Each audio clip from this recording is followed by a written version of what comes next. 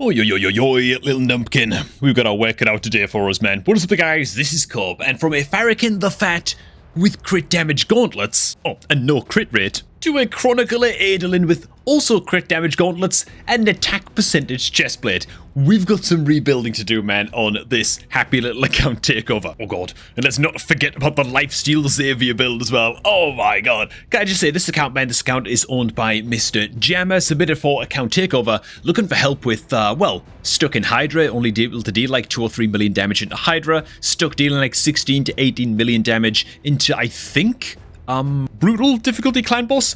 I think that the reason that this account is stuck has nothing really to do with well, it has something to do with the champions, but you know what? That's going to be a whole separate video, man. So definitely stay tuned for that. A lot of the reason this account is stuck, man, is not because the champions are bad. We've got some great champions on this account, man. The ninjas, we've got a bloody trender, for Christ's sake, right?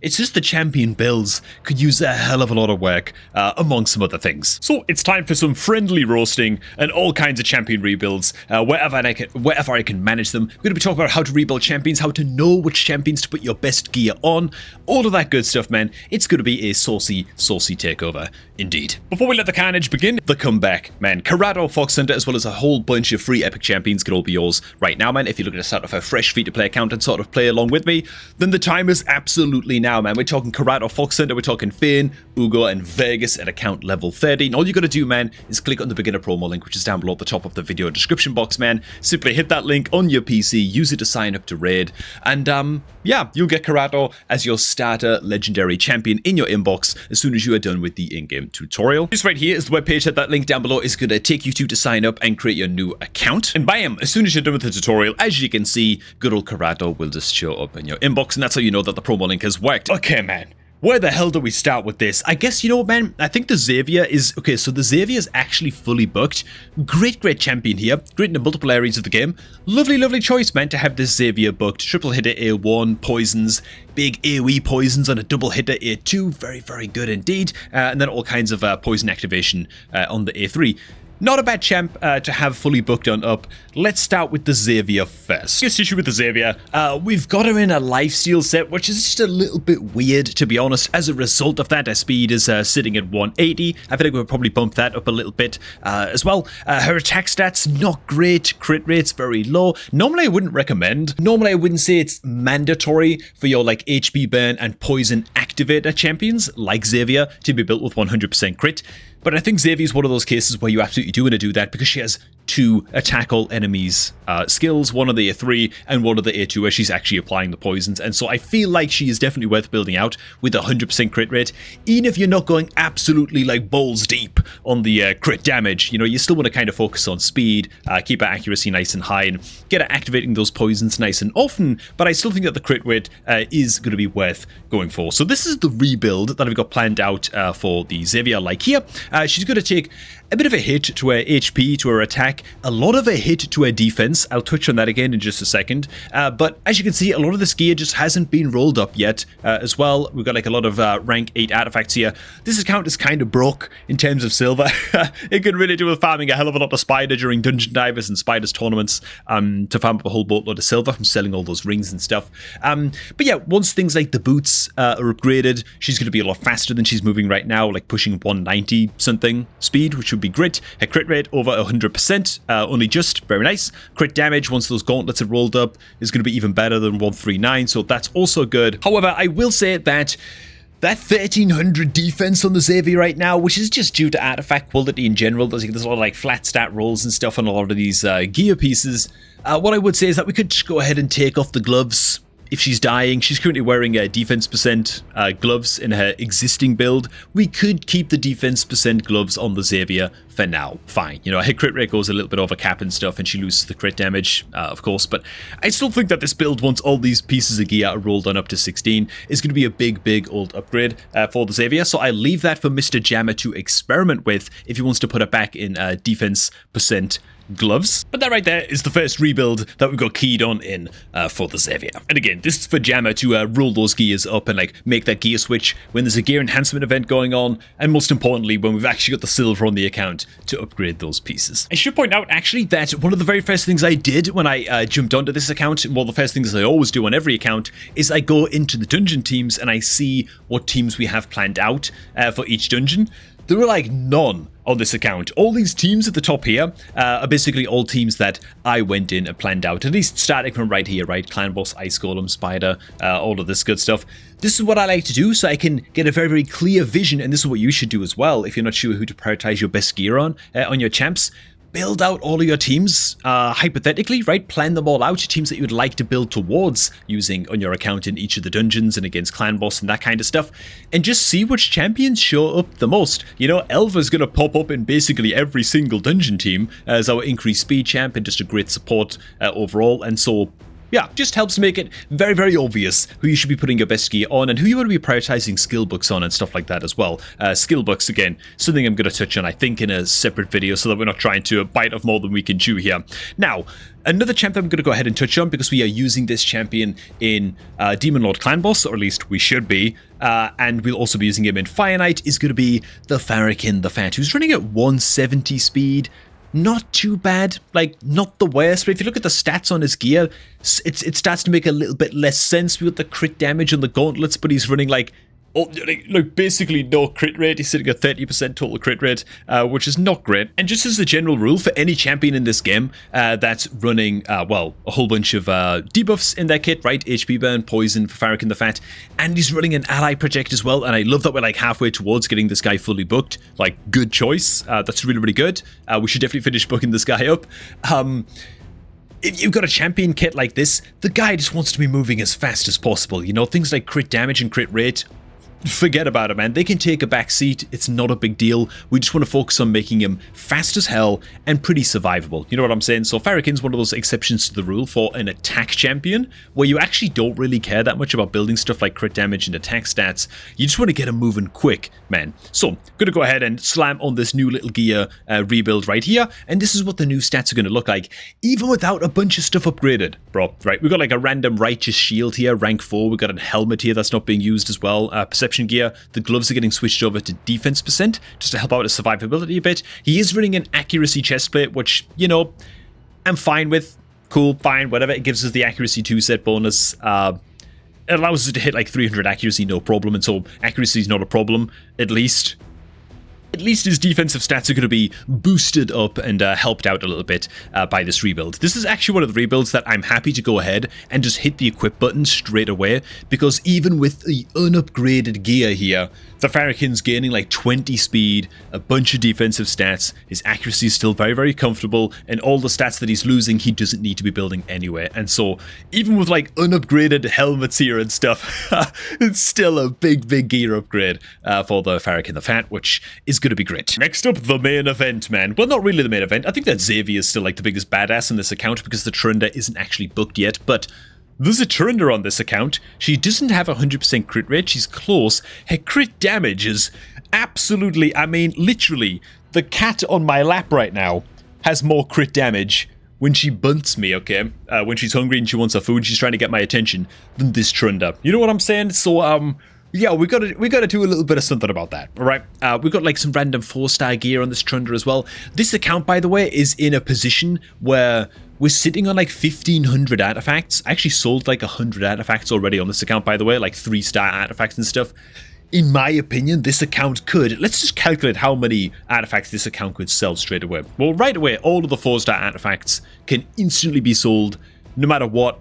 Crap, garbage, we can do way better than that. We're already farming stage 20 in multiple dungeons, and so we just don't need this, or we're approaching stage 20 in a couple of the other dungeons as well, and so we just don't need these, man. We should be sitting on 5-star artifacts only, and then even amongst the 5 and the 6-star artifacts, I'm just curious, like how many flat stat chests, boots, and gloves and whatever do we have? 136!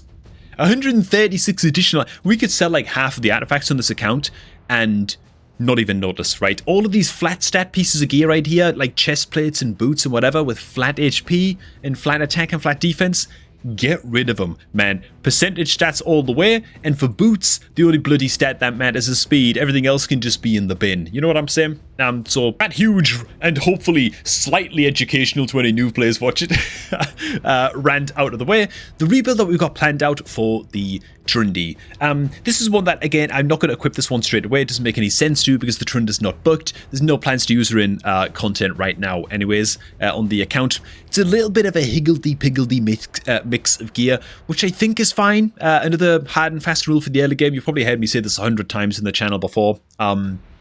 But don't care too much about the gear sets that you're equipping on your champs. If you can get a couple of two-piece set bonuses going, like we have here on the Trunda with a bit of speed, bit of perception, stuff like that, fine, get them on. But don't be trying to equip like 4 sets of like artifact gear, or just trying to like shoehorn in 6 pieces of cruel gear or something. You know, chances are the gear is going to suck. You're much better off paying attention to the stats that a champion wants to build, and focusing on those, even if it's just a random, like, toxic chestplate, for example, that you're throwing on the likes of a Trunda. Who cares about the set bonus? If the stats make sense, go ahead and toss it on. And if you're not sure what stats to build on every champion type and raid, I've got a bunch of guys up on the channel on that. And in fact, just yesterday night, I uploaded a guide touching on that as well, man. Just talk about how to actually build the champion sort of optimally, very much step by step, whereas right here, I'm kind of brushing over things a little bit and just covering some more general rules. But to be honest, once again, I think this is another one of those builds,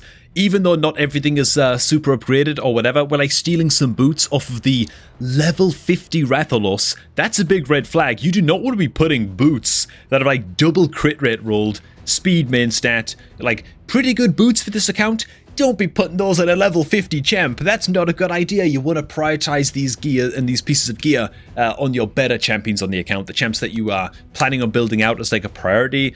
Champs that are actually helping you out actively in certain areas of the game right now. And so, yeah, I'm going to go ahead and make the switch with a bunch of these pieces of gear.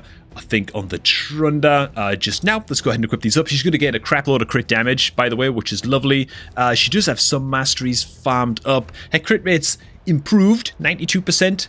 Still not completely perfect, but we are a little bit limited with what gear we are working with all up and over here, man. Okay, next champion up is going to be the Gorgarab. The bald little menace with his crazy bloody nipples is actually fully booked up, which is very nice. He also brings that ally speed aura, which is great. Means that you just want to build the guy with one thing and one thing only, really. As much speed as possible if you're going to build him out for arena. Does need accuracy in order to activate his A1 here, but it's not the biggest deal in the world, to be honest. And so, oh god, I just noticed the Gorgrav has a here's a little level 3 amulet as well, and for no reason as well, dude. Like, look at all these good quality amulets, man, that he could be using. Okay, well, like fine quality amulets that he could be using. Look, just let me correct myself. A bunch of like 4-star accessories and stuff. Oh, yo. And so for the Gorgarab rebuild, it's really simple. Speed is being like a binary win or lose stat a lot of the time. In arena, you just want to make sure that you're going first. And so we're just going to build him out to be as fast as we possibly can. This is the new build that we've got planned out for him. Dude, we've got like some pretty good boots sitting on the level 50 Skeletor, which like, oh, what are we doing? And then we've got like some decent speed gauntlets as well. Speed, defense percent, HP percent. Pretty damn good on a rare champ who I don't even know what level this guy is. I don't even know this guy's name. What are we talking about here, man? Oh god, and I forgot the accessories as well. Let me go ahead and throw those on too. So a lot of these need upgrading. The amulet has like no levels on it at all. We're going to be losing a lot of... Where were we getting all of this attack from? Wait a minute. Equipped what? Oh! We have the Gorgrav and an attack percentage chestplate. No, dude, what are we doing? This is what I'm talking about, man. Yeah, so we definitely shouldn't have the Gorgrab in the attack percentage chestplate. Goes without saying. Not his job. His job is to just boost everybody's speed and be moving as quick as possible. Now you might say, oh, well, he's going to lose some speed. Yeah, because the boots need rolling up to 16, you know. Once these boots are fully upgraded, you know, these gloves could also roll up into another speed roll as well. He's going to end up really quite a bit faster than where he's sitting right now at 198, which is great, and is really all he needs to do his job in PvP. So I'm not going to equip this build right here, right now. Again, this is another one that I'm just going to leave it until we can actually afford to upgrade these boots, or Mr. Jammer can afford to upgrade these boots on his Gorgrab. I'm actually just looking for that dwarf that had the... Where's that rare champ? Oh my god, no. Oh, I didn't even see this. Okay, how many champs do we have like this? Not many, I hope. Okay. What is the Zelatar? Okay, not many. Just for some reason, there's a one single random 4-star Painsmith with a bunch of gear equipped, dude. Oh my god. Not all these pieces. Okay, most of these pieces are actually not very good. Potential decent rolls on this life chestplate, I suppose, for where this account is right now. These gloves. Yeah, we'll definitely be going to the gold grab. Yeah, don't do this, man. There's like no point ever putting gear on a champion that's not like at least level 50 and is being used in faction wars, I suppose. The only excuse for it is okay, we've got like a level 30 champion that I'm using in faction wars. Maybe it's like Diabolist or whatever. And you definitely 100% plan on leveling up that champion in the coming few weeks, you know, and at least taking the champion up to level 50 in the coming few weeks. Putting gear and artifacts on like champions like this, just not great, man. It's just gonna waste your silver to pull these to pull this gear off. You know what I'm saying? Oh god. I physically don't have time to get to all of these builds, man. I physically don't have time to get to all of these builds. It's just not possible, man. But the Ronda with the attack gauntlets, the resistant stone skin chestplate. Oh, okay, at least she's got speed boots, but I think those are committed to the Xavier's build. I think those are getting pulled off with the Ronda. Yeah, I mean, this is another thing as well, man. Unbooked level 50 legendaries are really kind of bottom of the pile for where your artifacts should be going, especially if you're like very, very desperate for options on your account. I swear to God, man, an unbooked legendary champ, by the way, is like half the champion that a booked epic champion is. You know, a lot of people don't really think that way, but another champion that will really help us out on this account though, however, is going to be the Skull Crusher. If one of the areas that we're struggling into Demon Lord Clan Boss, well, is Demon Lord Clan Boss, then the Skull Crusher could be a big help for that. Also love that he is booked out as A2 is ready to rock and roll. Ally Protection, incredible tool into Clan Boss. Also brings, of course, that massive 2-turn duration counterattack buff on all allies except Skull Crusher for a couple turns. Very good on a 3-turn cooldown. Excellent stuff. Yeah, the Skull Crusher deserves some love. Now, the thing about Skull Crusher is that he needs to be survivable, but at the same time, he also needs to be quite fast, or fast enough to keep this counterattack buff maintained across your Clan Boss team for as much as possible. Try and have him to be like at least the second fastest champion on your team in like a very general sense, so you can keep this counterattack buff up on most people. But at the same time, he's got to be survivable because, yeah, he's bringing Ally Protect. He's going to be soaking all of that damage, right? Like any Ally Protection champion, he's got to be built with a little bit of self-healing or with a very good healer in the Clan Boss team, which I'm not sure that we have. And so for the Skull Crusher build, oh god, he's only got like a 4-star chestplate currently, man. Oh, the boots are too slow as well, only 4 stars. Crit damage rolls in the bloody defense helmet. Oh, god dog. Okay. So the rebuild that we've got planned for the Scully is going to go ahead and pull some gear off of the Gore Grab. And so again, I can't really pull the trigger on this right now until we're ready to rebuild the Gore Grab. But as you can see, even with this gear not upgraded, like it's a complete... Look at the bloody... Just snotting quality of this Immortal Shield, by the way. Oh my god. I mean, you can guarantee that if I roll it up a little bit right now, we're going to get all flat HP rolls. Woo. Okay, that was lucky. Very good. Defense percent, speed, HP. I'm not going to upgrade this too much because, as you saw just now, we broke as hell. But great Immortal Shield. Couple of pieces of Immortal Gear on the Skull Crusher are going to do wonders for his survivability. Give him a little bit of self-healing. I would like to have like 4 or 6 pieces of Immortal Gear on the Skull Crusher, but we can't quite do that, sadly. And so I'm just trying to get him moving faster. 187 speed, looking a lot more respectable. His defense and his HP stats as well are also going to take a huge bump up. And the accuracy, yeah, he needs accuracy for his A1, but if you're going to be using him in Demon Lord, we don't give a damn about that A1 anyway, you know what I mean? So, yeah, the Skull Crusher's build is ready to rock and roll. He just needs the Gore Grab to be ready to change the Gore Grab's build as well at the same time as the Skull Crusher. Otherwise, we're just taking away the Gore Grab's speed gear, and then we're putting unupgraded pieces on the Gore Grab, which is really not a good idea. Actually, unless we just go back into the Gore Grab and just change the weapon and the blah, maybe that's fine. Yeah, I think that's fine. So we change around like the ring, the banner, and just the weapons and the gloves in the Gore Grab. He still gets a speed boost. He doesn't lose that much defense. Of course, he's still pending upgrades, and he's still got other pieces from this new loadout ready to equip on up. But this actually allows us then to go into the Skull Crusher and switch up his build as well, which I'm just blind. Okay, there he is. Okay, lovely. So we might actually get to try out a little bit of Clan Boss in this video as well, using this new Skull Crusher build. So that could actually be kind of cool. Next up, a champion that, dude, holds a special place in my heart, can I just say, man. My first, well, my second or first, whatever, free-to-play account that I put aside, actually, to start off a new free-to-play account with, like, new promo link, new adventure, all that kind of stuff.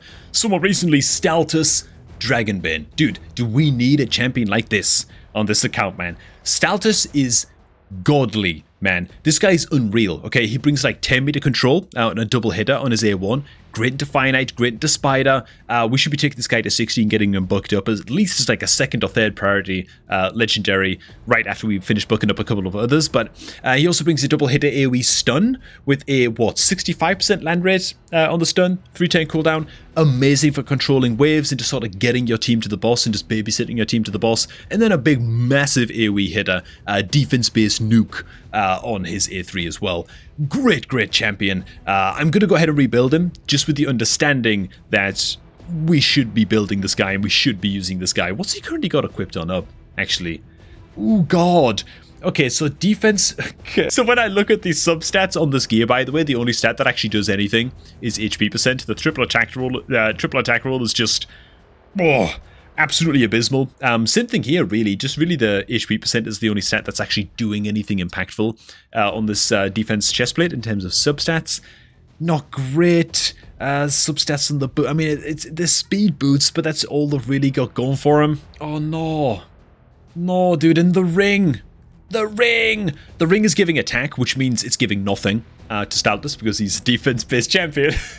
It's giving 5% defense, so that's good. And it's giving a little bit of a little smidgen of HP as well, which is nice and all. But I don't know, dude. Surely there's a better ring we can go than this. I actually can't remember now what rings we have access to on here, but let me just try a rebuild. Okay, this is what I got, man. This is what I got. This is the best I can do, okay? This is the best I can do. Do we have any crit damage amulets?